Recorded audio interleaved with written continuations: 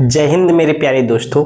आज हम लोग कक्षा 10th कक्षा 12th और उन सारे स्टूडेंट जो कॉम्पिटिटिव लेवल के एग्जाम की तैयारी कर रहे हैं उनके लिए बायो का एक most important topic sense organ के बारे में पढ़ने वाले हैं। मेरे भाई, सेंस ऑर्गन की वीडियो बनाने के पीछे ये मकसद है ना कि आखिर हम लोग कैसे जान पाते हैं कि हमारे आसपास जितने भी सारे घटनाएं घटित होती है उसको हम कैसे महसूस करते हैं, कैसे समझ पाते हैं। इसी को लेके इस वीडियो को मैं बना रहा हूं। इस वीडियो को बनाने का मकसद यही है कि हमारे आसपास जितनी भी सारी घटनाएं घटित होती है इसको जानना। मेरे भाई, आज हम लोग देखेंगे किसके बारे में, सेंस ऑर्गन के बारे में। क्या हुआ सेंस ऑर्गन? सेंस ऑर्गन आखिरकार होता क्या है? सेंस ऑर्गन अर्थात ज्ञानेंद्रिय के बारे में हम लोग देखने वाले हैं। ये मुख्य रूप से 5 होती है। क्या हुआ? सेंस ऑर्गन मुख्य रूप से 5 होती है। कौन कौन सी होती है इसको समझेंगे और इसमें एक टॉपिक है जो मोस्ट इंपोर्टेंट टॉपिक है, आज उसको हम लोग क्लियर करेंगे और उसके बारे में जानेंगे। उसके बाद अगले जो आपका सेशन होगा ना उसमें हम अगले ज्ञानेंद्रिय अगले सेंस ऑर्गन के बारे में जानेंगे। मेरे भाई, मैं आपको बताऊं कि देखिए, सेंस ऑर्गन का अर्थ होता है बाहरी वातावरण का ज्ञान। सेंस ऑर्गन का अर्थ होता है, ज्ञानेंद्रिय का अर्थ होता है वे ऑर्गन जो हमारे बाह्य वातावरण का हमें ज्ञान कराती है, उसे सेंस ऑर्गन कहते हैं। क्या हुआ? जो हमें बाह्य वातावरण जितनी भी सारी हमारे आसपास जितनी भी सारी घटनाएं घटित होती है जिसको हम महसूस कर पाते हैं, देख पाते हैं, सुन पाते हैं, इसी को हम क्या कहते हैं बाबू? सेंस ऑर्गन कहते हैं। देखिए, सेंस मतलब महसूस करना, ठीक है, जिसके बारे में हम पता कर पाते हैं उसी को सेंस ऑर्गन कहते हैं। और ये कार्य कौन कौन करता है? जो सेंस की पता जो लगाता है वो कौन कौन करता है? तो मुख्य रूप से बाबू आपका त्वचा इसके अंतर्गत आता है, कान इसके अंतर्गत आता है, जीभ इसके अंतर्गत आता है, नाक इसके अंतर्गत आता है और आंख इसके अंतर्गत आता है। बाबू, त्वचा जो होती है ना वो बाह्य रूप से हमें महसूस कराने का कार्य करती है। जितनी भी सारी हमारे शरीर पे घटनाएं घटित होती है, जैसे मान के चलो कि कोई चिकोटी आपको काटा, ठीक है, और ये आपको तंत्रिका तंत्र के द्वारा आपके नर्वस सिस्टम मस्तिष्क तक पहुंचाया जाता है मेरे भाई। और जो आपके जो कोई काटा ना तो वो आपके स्किन पे ही उस पे असर पड़ेगा, ठीक है मेरे भाई।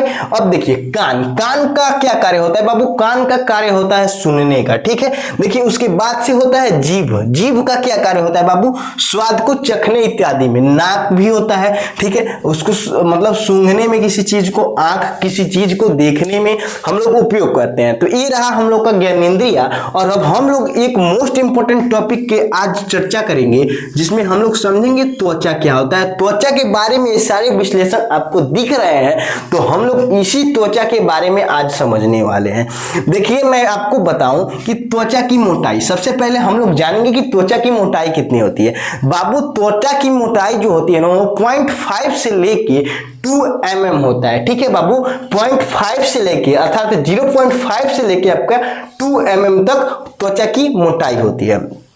बाबू, जो पलक की त्वचा होती है ना, पलकों की जो त्वचा होती है, पलकों की जो आपकी त्वचा होगी ना बाबू, वो आपकी बहुत ही पतली होती है, ठीक है। पलकों की जो त्वचा होती है वो आपको बहुत ही पतली होती है। और सबसे जो मोटी त्वचा होती है ना वो तलवा अथवा हथेली की होती है। बाबू, तलवा और हथेली की जो त्वचा होती है ना वो सबसे मोटी होती है। तो आपसे एग्जाम में पूछा जाता है कि पलकों की त्वचा कैसी होती है, तो पतली होती है। और सबसे मोटी त्वचा किसकी होती है? तो हथेली की होती है। बबुआ, ये हमने आपको बताया, ठीक है। देखिए, त्वचा के जो अध्ययन होता है ना, त्वचा के बारे में हम जितनी भी सारी जानकारियां प्राप्त करते हैं, स्पेशलिस्ट कोई भी डॉक्टर बनता है तो किसी स्पेशल ऑर्गन का बनता है ना, तो उसको उस ऑर्गन के अनुसार उसका नाम भी दिया जाता है और उसके अध्ययन का नाम भी दिया जाता है। तो त्वचा के जो अध्ययन करते हैं ना उसको डर्मेटोलॉजी कहते हैं। क्या बबुआ? डर्मेटोलॉजी, ठीक है। जैसे आप दंत के अध्ययन करेंगे, दांत के अध्ययन करेंगे ना मेरे भाई, तो उनको कहा जाता है डेंटोलॉजी। उसी प्रकार यदि आप त्वचा के अध्ययन करते हैं ना तो इसको कहा जाता है डर्मेटोलॉजी। जैसे आप किसी डॉक्टर के पास जाइएगा, जैसे कि सपोज डेट आपको खाज जितने भी दाद खाज खुजली होते हैं ये हो जाते हैं, तो आपको किस डॉक्टर के पास जाने की सलाह दी जाती है? डर्मेटोलॉजिस्ट के पास। क्या बाबू, जो उस डॉक्टर को क्या कहते हैं? डर्मेटोलॉजिस्ट। और उस मतलब उस पढ़ाई, उस अध्ययन को क्या कहते हैं? डर्मेटोलॉजी कहते हैं। बाबू देखिए, त्वचा की कार्य क्या होता है? त्वचा हमारे शरीर को रक्षा प्रदान करता है। कैसे रक्षा प्रदान करता है? कीटाणुओं से रक्षा प्रदान करता है। ठीक है बाबू, त्वचा जो होता है ना वो कीटाणुओं से रक्षा प्रदान करता है। यह एक तरह का हार्मोन होता है, लाइसोजाइम नामक एक हार्मोन होता है जो कीटाणुओं को भक्षण का कार्य करता है। ये हमारे त्वचा पे उपस्थित होता है। जो जितने भी सारे कीटाणु हमारे शरीर में प्रवेश करते हैं तो सबसे पहले त्वचा पे आते हैं। जो त्वचा उनको मतलब बाहर रखता है, अंदर प्रवेश नहीं होने देता है। यहीं पे लाइसोजाइम नामक एंजाइम उसे मार देता है। बाबू त्वचा यूवी रे से हमें बताता है, त्वचा यूवी रे, सूर्य से जितनी सारी पराबैंगनी किरणें निकल के आती है त्वचा ही हमें उसे बताता है। जितनी भी सारे अनावश्यक जो किरणें सूर्य के प्रकाश से आती है हमारे त्वचा ही हमें उससे रक्षा करती है। बाबू आपका एक मेलानिन नामक पदार्थ होता है जो हमारी त्वचा में ही होता है। ये क्या करता है? तो देखिए इसका कार्य सुनिए। इसका कार्य ये होता है ना, मेलानिन एक तरह का रसायन होता है जो हमारी त्वचा के में पाया जाता है। ठीक है बाबू, ये रंग प्रदान करता है। क्या बाबू? रंग प्रदान करता है। मेलानिन की मात्रा जिस भी व्यक्ति के शरीर में ज्यादा हो गया वो हो जाएंगे कैसे? काले। क्या बाबू? वो काले हो जाएंगे। जिन भी व्यक्ति के शरीर में मेलानिन की मात्रा अत्यधिक हो जाए वो काले हो जाएंगे, और जिन भी व्यक्ति के शरीर में मेलानिन की मात्रा यदि कम हो जाए ना बाबू तो आप वो कैसे हो जाएंगे? तो छिलल मुर्गा के जैसे। अब छिलल मुर्गा कहने का मतलब अंग्रेज के जैसे वो हो जाएंगे। और देखिए मेलानिन की मात्रा जितनी अधिक होगी तो वो वेस्ट इंडीज के जैसे हो जाएंगे। ठीक है बाबू, अब देखिए, और त्वचा करता क्या है कि विटामिन डी सूर्य की प्रकाश से विटामिन डी को अवशोषित करने का कार्य त्वचा ही करता है। बाबू एक कैल्शियम भी प्रदान कराता है हमें। क्या? कैल्शियम भी प्रदान कराता है। ठीक है, देखिए हम लोग समतापी जीव हैं, समताप पे ही आसानी से हम लोग रह सकते हैं। हमारे शरीर का जो तापमान होता है ना बाबू वो 37 डिग्री सेल्सियस से लेके और 98.6 फ़ारेनहाइट तक होता है। ये तापमान को भी नियंत्रित करने का कार्य करता है। त्वचा जो होता है ना मेरे भाई वो तापमान को भी नियंत्रित करने का कार्य करता है। क्या? तापमान को नियंत्रित करने का कार्य जो करता है वो त्वचा करता है। मेरे भाई मैं आपको बताऊं कि उत्सर्जन शरीर से जितने भी सारे अनावश्यक पदार्थ होते हैं जिसका उपयोग हमारे शरीर के अंदर नहीं होता है, जितने भी अवांछित पदार्थ होते हैं ना शरीर से निष्कासित करने का कार्य त्वचा के द्वारा ही होता है। अंतिम जो निष्कासन की प्रक्रिया होती है वो त्वचा के द्वारा ही होती है मेरे भाई।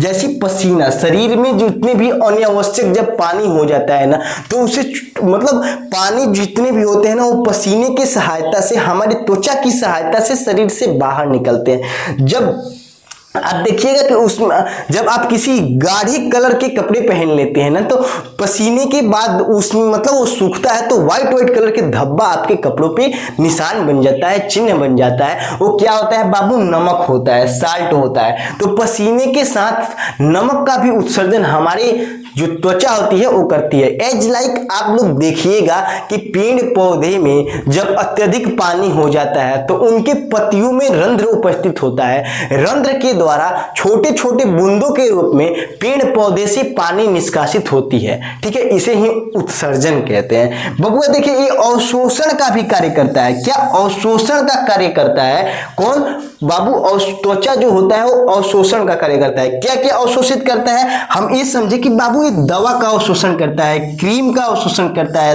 तेल का अवशोषण करता है। त्वचा इतने सारे कार्य करते हैं। ठीक है, इससे यदि आपसे प्रश्न पूछा जाए ना तो आपको हमेशा के लिए एकदम सही ही करना है, गलत नहीं करना है। बाबू जो त्वचा होता है ना वो संयोजी ऊतक का बना होता है। अब संयोजी ऊतक क्या होता है इसको हम लोग समझेंगे। मैं आपको बताऊं कि संयोजी ऊतक का त्वचा बना होता है जिससे हमें ये लाभ होते हैं ना कि हमें कितने भी देर पानी में रह जाए ना हम लोग को जो त्वचा होता है वो खराब नहीं होता है। देखिए हमारे जो जीभ होता है ना, जीभ होता है बाबू वो हमेशा पानी में ही रहता है। जीभ जो होता है वो हमेशा पानी में ही रहता है, बट आज तक वो खराब नहीं हुआ और ना ही कभी खराब होगा क्योंकि वो लार के बीच में ही होता है और वो कभी खराब नहीं होगा बाबू। देखिए हमारे जो त्वचा होती है उसका जीवन काल जो होता है ना वो 4 वीक से लेके और 28 दिन तक होता है बाबू। जो 4 वीक या 28 दिन तक होता है, ये डिपेंड किस पे करता है बाबू? आपके एज पे। जितने भी सारे बूढ़े लोग होते हैं उनके जब आप चमड़े को देखेंगे तो उसमें झुर्रियां पड़ गई होगी, अर्थात उसमें अधिचर्म और चर्म मतलब जो होगा उस वही बचा होगा, और जो आपकी वसा होती है ना वो आपका खत्म हो जाता है। वसा की वजह से ही हथेलियों का जो हथेलिया की जो त्वचा होती है वो सबसे मोटी होती है। हमारे शरीर में वसा पाया जाता है, कई परतों से हमारी त्वचा बनी होती है। इसको हम लोग आगे समझने वाले हैं कि त्वचा की परतें के बारे में हम लोग समझने वाले हैं आगे। बाबू मैं आपको बताऊं कि ये डिपेंड्स ऑन एज, अर्थात एज पे डिपेंड करता है, ठीक है। सबसे बड़ा अंग होता है क्या बाबू? सबसे बड़ा अंग होता है त्वचा, ठीक है। त्वचा जो होता है वो हमारे शरीर का सबसे बड़ा बाह्य अंग होता है, ठीक है। देखिए त्वचा की परतों के बारे में अब हम समझने वाले हैं, अर्थात लेयर्स ऑफ स्किन। स्किन की जो लेयर होती है ना इसके बारे में अब हम आपको बताने वाले। देखिए एक होता है एपिडर्मिस अर्थात अधिचर्म का बाबू, एपिडर्मिस अर्थात अधिचर्म, एक होता है डर्मिस अर्थात चर्म, ठीक है। डर्मिस और एपिडर्मिस इसको हम लोग समझेंगे बाबू। एपिडर्मिस जो होता है ना वो बाह्य परत होती है, जो आपके बाह्य परत, जो आपकी जो बाह्य त्वचा दिख रही है ना ये आपका एपिडर्मिस है। जो आपके बाह्य त्वचा दिख रही है बाबू, जितनी भी सारी आपको त्वचा दिख रही है ना ये आपका एपिडर्मिस है अर्थात अधिचर्म है, ठीक है। इसमें ब्लड नहीं पाया जाता है बाबू। देखिएगा कि कभी कभार आपको आपका सपोज डेट कहीं एक्सीडेंट हो जाए या कहीं मतलब छोटा सा कुछ घाव चोट आ जाए तो ऊपर का एक छोटा सा चर्म जो होता है वो हट जाता है, लेयर हट जाती है, वहां पे व्हाइट व्हाइट दिखने लगते हैं, लेकिन उसमें से ब्लड नहीं आता है बाबू। काहे नहीं आता है? आपका अधिचर्म छिलाया होता है। अधिचर्म छिला जाए ना तो उसमें मतलब आपके जो ब्लड आ सकते हैं, ठीक है बाबू। इसमें देखिए अधिचर्म में मेलानिन होता है, क्योंकि आप अंदर से थोड़े ना काले होते हैं। क्या कोई कहता है कि हम अंदर से काला बनी बाहर से नहीं की? ऐसा नहीं होता है बाबू। आपकी जो मेलानिन होता है ना वो आपके चर्म पे होता है, अधिचर्म पे होता है, एपिडर्मिस पे होता है। एपिडर्मिस कहने का मतलब ये है कि आपका जो मतलब कलर की पहचान, आप जैसे कि आप काले हैं, हम लोग का जो एपिडर्मिस है ना वो काले मतलब उसी के मेलानिन की मात्रा की वजह से होता है बाबू। तो देखिए ये जो आपका चर्म होता है इसी पे मेलानिन पाया जाता है, जिसमें अधिक उसमें काला गुण और जिसमें कम उसमें बेस्ट, उसमें आपका छिलर मुर्गा के जैसा गुण, और जिसमें ज्यादा उसमें वेस्ट इंडीज का जैसे गुण बाबू। यही कार्य होता है इसमें, ठीक है। देखिए बाबू ये 5 लेयरों का बना होता है जैसे स्ट्रेटम, ठीक है। और बाकी जो होता है उसको हम बताएंगे। फर्स्ट जो होता है वो आपका स्ट्रेटम होता है, ये 5 लेयरों का बना होता है। कौन? अधिचर्म, ठीक है बाबू। देखते हैं अब हम डर्मिस के बारे में अर्थात चर्म के बारे में। ये क्या होता है? तो बाबू एक ग्रंथि मतलब इस ग्रंथि होता है, ये आंतरिक होता है। ये जो चर्म होता है ना वो आंतरिक होता है, इस पे बाल पाया जाता है, इसी से रोम निकलते हैं बाबू। इसके 2 लेयर होते हैं, एक पापली होता है और एक ए होता है, ठीक है बाबू। इसका उपयोग औद्योगिक प्रयोग में किया जाता है, जैसे वस्त्र बनाने में, बैग बनाने में, बेल्ट बनाने में। जानवरों के जितनी भी सारे जैसे चमड़े निकाले जाते हैं वो क्या निकाला जाता है? अधिचर्म निकाला जाता है बाबू, और नहीं चर्म निकाला जाता है। अर्थात डर्मिस का उपयोग वस्त्र बनाने में किया जाता है, बैग बनाने में किया जाता है और आपके बेल्ट बनाने में किया जाता है बाबू। अब हम लोग एक इस पॉइंट को समझने वाले हैं। हम लोग समझे एपिडर्मिस बाबू, अधिचर्म अर्थात सबसे ऊपरी वाला चर्म। उसके बाद से हम लोग समझे डर्मिस अर्थात निचली चर्म, ठीक है बाबू। और देखेंगे हम फैट, वसा बाबू। देखिएगा अक्सर बुढ़ापे में होता क्या है कि आपका जो हथेली इतना मोटा है, इतना मोटा यदि दिखाई दे रहा है ना मेरे भाई, तो इसमें क्या है? वसा है। ये जो वसा होती है वो पच के समाप्त हो जाती है बुढ़ापे में और हाथों में झुर्रियां पड़ जाती है। यदि आप अपने दादाजी के पास, दादी जी के पास जाइएगा तो देखिएगा कि उनकी जो त्वचा होगी ना वो झूलती हुई नजर आ रही होगी। ऐसा क्यों होता है कि त्वचा के अंदर से जितने सारे आपके वसा होते हैं, प्रोटीन होता है, फैट होता है ना मेरे भाई, वो पच के समाप्त हो जाता है। अर्थात आपका केवल एपिडर्मिस और डर्मिस ही दिखाई देता है। इसी की वजह से आपके दादी जी का जो चर्म होते हैं, जो त्वचा होती है, वो हिलती हुई प्रतीत होती है। तो विद्यार्थी जी, ये रहे आपके सेंस ऑर्गन से कुछ बहुत ही इंपॉर्टेंट टॉपिक जिसको हमने आपको समझाया। इस उम्मीद करता हूं कि आपको ये टॉपिक बहुत ही अच्छे ढंग से समझ आई होगी। तो चलिए बच्चों, यदि आपको ये टॉपिक अच्छे ढंग से समझ आया है तो प्लीज मेरे इस चैनल को सब्सक्राइब कर दीजिए, बेल आइकन प्रेस कर दीजिए, अपने सारे दोस्तों के पास, अपने भाइयों के पास शेयर कर दीजिए, ताकि हर पल का नोटिफिकेशन आपके साथ साथ आपके उन तमाम साथियों, तमाम दोस्तों को आसानी से मिल सके। चलिए बच्चों, जय हिंद, धन्यवाद।